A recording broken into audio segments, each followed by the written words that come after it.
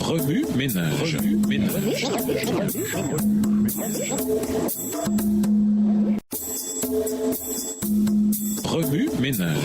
Bienvenue dans votre émission. Remue ménage. Nous voilà à la leçon de dimanche. Intérioriser les règles de l'engagement. La tragédie et la souffrance sont des réalités universelles pour tous les êtres humains. Bien que tout le monde n'éprouve pas la même intensité de souffrance et de chagrin, personne n'est à l'abri de la souffrance. La plupart des défis les plus douloureux de la vie sont liés aux effets débilitants du péché sur les êtres humains. L'espérance de vie réduite, la décrépitude, la maladie et la dégénérescence générale de l'esprit et du corps. D'autres problèmes auxquels nous sommes confrontés découlent des mauvais choix des autres. Des actes de violence et de maltraitance sont commis en permanence. Certaines souffrances sont auto-infligées, conséquence directe de nos propres choix. Le livre de Job nous révèle une dimension plus large des causes de la douleur et de la souffrance. Il dépeint une grande guerre cosmique entre le bien et le mal qui se joue dans nos vies personnelles. Dans Job 1, nous voyons que Satan, après s'être autoproclamé maître de la terre, se présenta en tant que délégué à une certaine réunion céleste. Lors d'une conversation avec Dieu, il soutint que Job, homme d'affaires et philanthrope,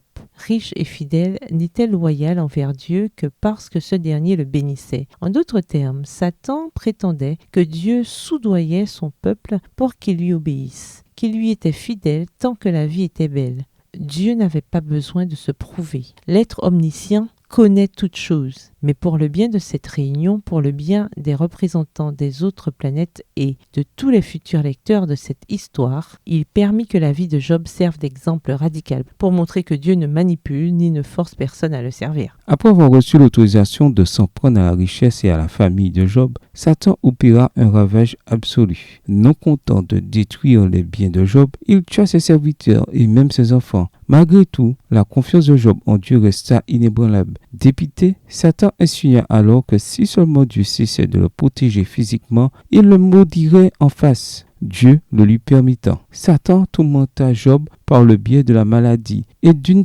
terrible souffrance, le tout amplifié par la désapprobation et le rejet brutal de sa femme et de ses amis. Le texte suggère que la grande controverse, décrite ici comme un conflit public entre les deux parties, se déroule dans le contexte d'une scène de tribunal et doit donc suivre certaines règles d'engagement qui ne sont pas toujours comprises ou connues des êtres humains impliqués. Les 2 premiers chapitres de Job montrent une négociation entre Satan et Dieu, ce qui suggère que ce que les 2 camps peuvent et ne peuvent pas faire peut varier en fonction des circonstances. Les règles peuvent changer en fonction, du moins en partie, de la loyauté de la personne. Si les individus sont croyants, Dieu a certains droits et certaines prérogatives sur eux. Dans le cas contraire, Satan fait valoir ses droits. En quoi la connaissance de tout ça nous aide-t-elle dans nos souffrances? Si cela n'aidera peut-être pas à soulager la souffrance, en revanche, comprendre la situation dans son ensemble peut donner un sens à la douleur et à la tragédie qui n'est pas auto-induite. L'une des parties les plus puissantes de cette histoire, c'est que Job, lui, n'a pas eu le privilège de voir derrière le rideau. Et cependant, Job ne commit ainsi aucune faute. Il ne dit rien d'inconvenant contre Dieu. Job 1, verset 22. Même lorsque nous n'avons qu'une vision limitée de ce qui se passe,